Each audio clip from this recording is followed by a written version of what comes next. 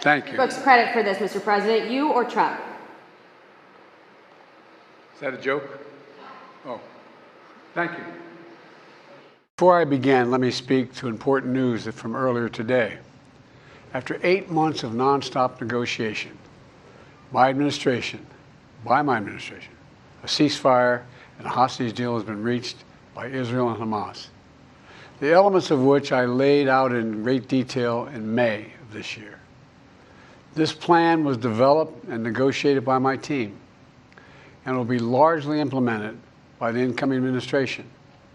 That's why I told my team to keep the incoming administration fully informed. It's been the honor of my life to see the resilience of essential workers getting us through a once-in-a-century pandemic, the heroism of service members and first responders keeping us safe, the determination of advocates standing up for our rights and our freedoms instead of losing their jobs to an economic crisis that we inherited. Millions of Americans now have the dignity of work. Millions of entrepreneurs and companies creating new businesses and industries, hiring American workers, using American products. I'm so proud of how much we've accomplished together for the American people.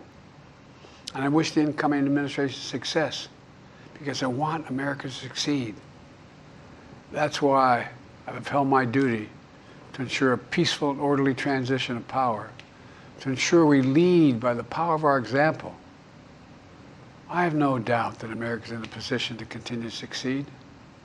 That's why my farewell address tonight, I want to warn the country of some things that give me great concern. This is a dangerous that's a dangerous concentration of power in the hands of a very few ultra-wealthy people. And the dangerous consequences if their abuse of power is left unchecked. Today, an oligarchy is taking shape in America of extreme wealth, power, and influence that literally threatens our entire democracy, our basic rights and freedoms, and a fair shot for everyone to get ahead. We see the consequences all across America, and we've seen it before. Right now, the existential threat of climate change has never been clearer. Just look across the country, from California to North Carolina. That's why I signed the most significant climate and clean energy law ever in the history of the world, and the rest of the world is trying to model it now. It's working, creating jobs and industries of the future. Now, we've proven we don't have to choose between protecting the environment and growing the economy. We're doing both. The powerful forces want to wield their unchecked influence to eliminate the steps we've taken to tackle the climate crisis, to serve their own interest for power and profit. We must not be bullied into sacrificing the future of our children and our grandchildren.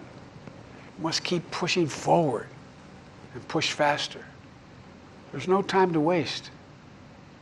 It's also clear that American leadership in technology is an unparalleled source of innovation that can transform lives. We see the same dangers of the concentration of technology, power, and wealth. You know, in his farewell address, President Eisenhower spoke of the dangers of the military-industrial complex. He warned us then about, and I quote, the potential for the disastrous rise of misplaced power, end of quote. 6 decades later, I'm equally concerned about the potential rise of a tech-industrial complex that could pose real dangers for our country as well. Americans are being buried under an avalanche of misinformation and disinformation, enabling the abuse of power. The free press is crumbling. Editors are disappearing. Social media is giving up on fact-checking. The truth is smothered by lies told for power and for profit. We must hold the social platforms accountable to protect our children, our families, and our very democracy from the abuse of power. You know, in the years ahead, it'll help to be, it's going to be up to the president, the presidency, the Congress, the courts, the free press, and the American people to confront these powerful forces. We must reform the tax code. Not by giving the biggest tax cuts to billionaires, but by making them begin to pay their fair share. We need to amend the Constitution to make clear that no president is immune from crimes that he or she commits while in office. The president's power is not limited. It's not absolute, and it shouldn't be. And in a democracy, there's another danger to the concentration of power and wealth. It erodes a sense of unity and common purpose. It causes distrust and division.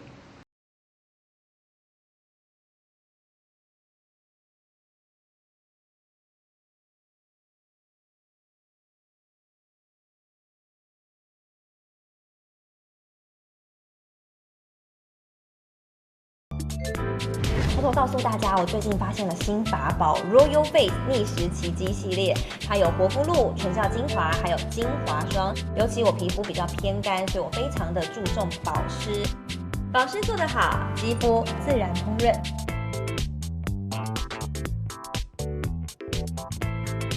提亮肤色更年轻，抚平皱纹超有感，而且气色变好。用心保养，每天都更美一点。